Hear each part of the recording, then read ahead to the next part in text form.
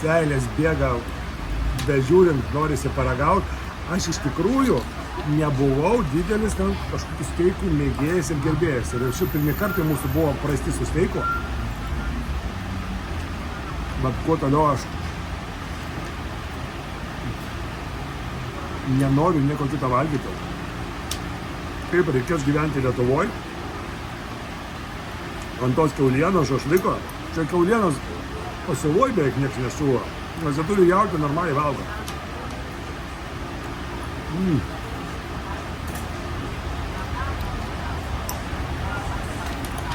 Man atrodo, Lietuvoje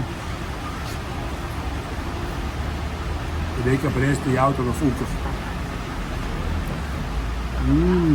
Kriaušytė kaip tinka prie jautienos su pelėsiu. Šitas steikas iš tikrųjų brangesnis, bet jo ir kokybė aukštesnė negu ragi Mendozė. Tai tokios mėsgalis. O čia visgi tas sultingumas, tas skonis skiriasi. Ir jautiena nėra jautiena. Kartais valgai, žinai, kad ir čia.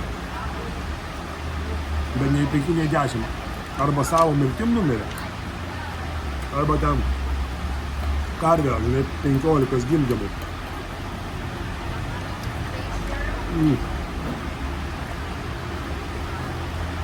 Ir iškepė puikiai.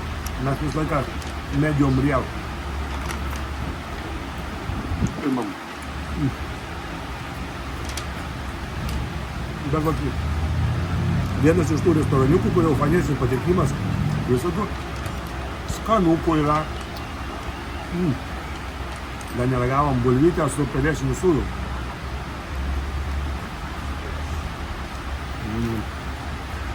Viskas grįžtum, pelėsinis sūris pas mane bus kasdien. Nežinau, kas atsitiko.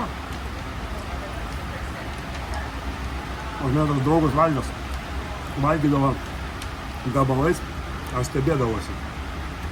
Dabar aš jį suprantu.